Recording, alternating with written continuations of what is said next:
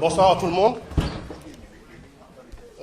À la suite des collègues députés qui sont intervenus, j'interviens pour me prononcer sur le point sur les perspectives qui sont en train de se dégager pour nous.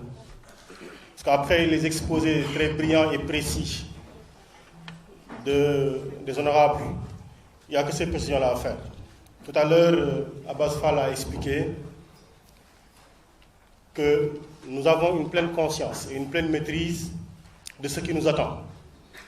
Et ce qui nous attend, tout à l'heure, honorable Abamba l'a expliqué, c'est le mandat complet et entier que nous a donné le peuple en choisissant d'amener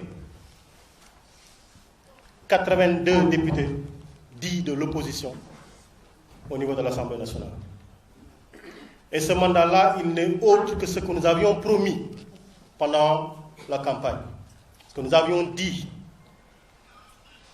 que cette césure qui existait dans ce que l'on appelle l'initiative des lois, parce que dans l'histoire politique du Sénégal, l'initiative des lois a toujours été laissée au pouvoir exécutif. Mais on a bien dit, aujourd'hui, le Parlement, à travers les députés de Yewwi Askan Wi, prendra l'initiative des lois à travers un certain nombre de propositions de loi, et je ne vais en citer que quelques-uns parce que nous en avons pour revenir auprès de vous, pour les présenter, les exposer, pour mieux faire comprendre le sens du mandat que nous sommes en train d'exécuter. On a dit d'abord ce que d'histoire récente on avait réalisé à travers le code consensuel et sur lequel des tailleurs sont revenus, des destructeurs sont revenus pour qu'on ne sache plus à quoi ressemble notre code électoral.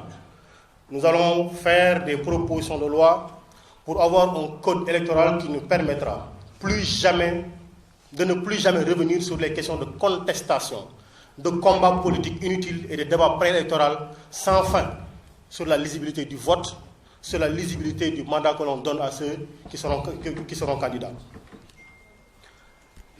Je précise, quelqu'un s'est pensé plus intelligent que nous tous en disant que si on amène ici une loi pour voter contre, être pour ou contre l'homosexualité, nous n'allons pas voter. Ce n'est pas ça le débat.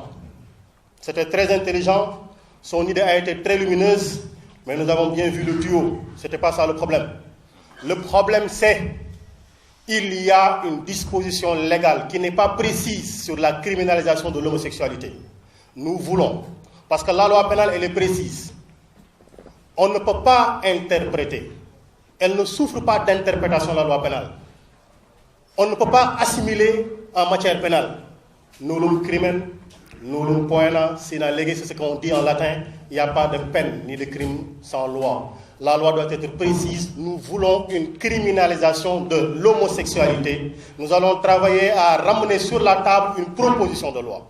Et comme c'est dit tout à l'heure, au niveau de la conférence des présidents, ils en ont 7. Nous en aurons 7. Quand la loi ne passera pas, le président de l'Assemblée nationale, celui que j'appelle le commandant président de l'Assemblée nationale, devra trancher. Il tranchera par oui ou par non. Ce que l'autre a refusé de faire, lui, il le fera. Il dira oui ou non. Et ce sera clair. On saura qui a été pour ou qui a été contre. La loi sur le terrorisme. Cette loi-là, nous allons la revisiter. Nous la ramènerons sur la table de l'Assemblée nationale. Pour nous tous, nous avons des préoccupations sécuritaires. Personne d'entre nous ne veut que sa famille ne soit exposée. Personne d'entre nous. Et c'est l'occasion pour nous encore de dire oh combien merci à l'armée nationale qui, pendant que nous dormons, est debout sur les frontières du pays. Mais nous dire une loi sur le terrorisme, alors qu'elle ne sert qu'à arrêter des opposants. Elle ne sert qu'à arracher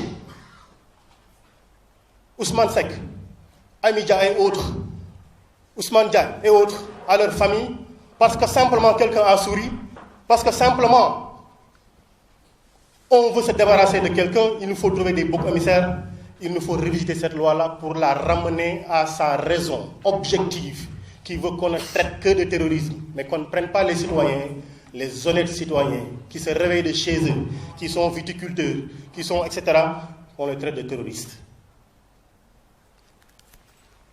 Nous avons parlé de la loi sur le contenu local. Elle est insuffisante parce qu'elle est inappropriée à protéger notre entreprise, les entreprises nationales. On la remettra sur la table. On remettra sur la table la question de l'honorariat à vie.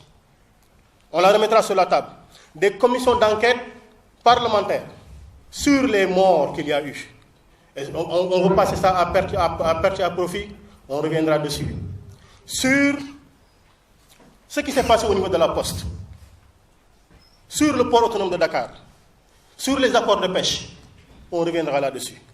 Des questions écrites sur le coût de la vie, sur le code des collectivités territoriales, parce que Abba l'a précisé tout à l'heure. Aujourd'hui, énormément de municipalités n'espéraient que sur ces fonds de dotation et sur des fonds de concours pour apporter des réponses à leur population.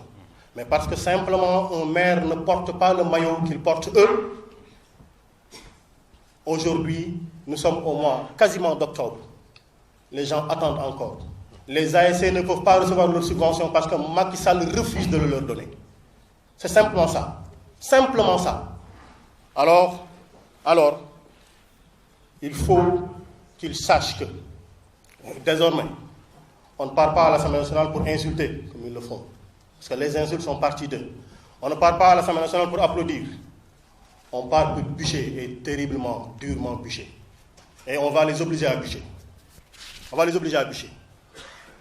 Et c'est l'occasion également pour nous de revenir sur la situation de deux de nos collègues députés. Barthélémy Toye-Dias. On a dit le délibéré de son procès, ce sera pour le mercredi 21. Qu'il sache qu'il aura 52 députés à côté de lui. 52 députés seront à côté de lui. Nous avons vu un homme qui passe tout son temps à stigmatiser la région sud et tous les Sénégalais nés dans la région sud. Tout son discours est ce discours clivant de haine, de ségrégation, mais ce discours contre l'homme. Et on le pense brillant, on le pense intelligent. Et on adore ça plus. L'accoucheuse trop pressée risque de se saisir de ce qui n'est pas la tête du bébé, et c'est ce qui lui est arrivé. En voyant le bonnet de Alphonse Sambou, il a rapidement parlé, comme il le fait d'habitude, en assimilant ce beau bonnet de la culture de la région sud à un bonnet de la rébellion.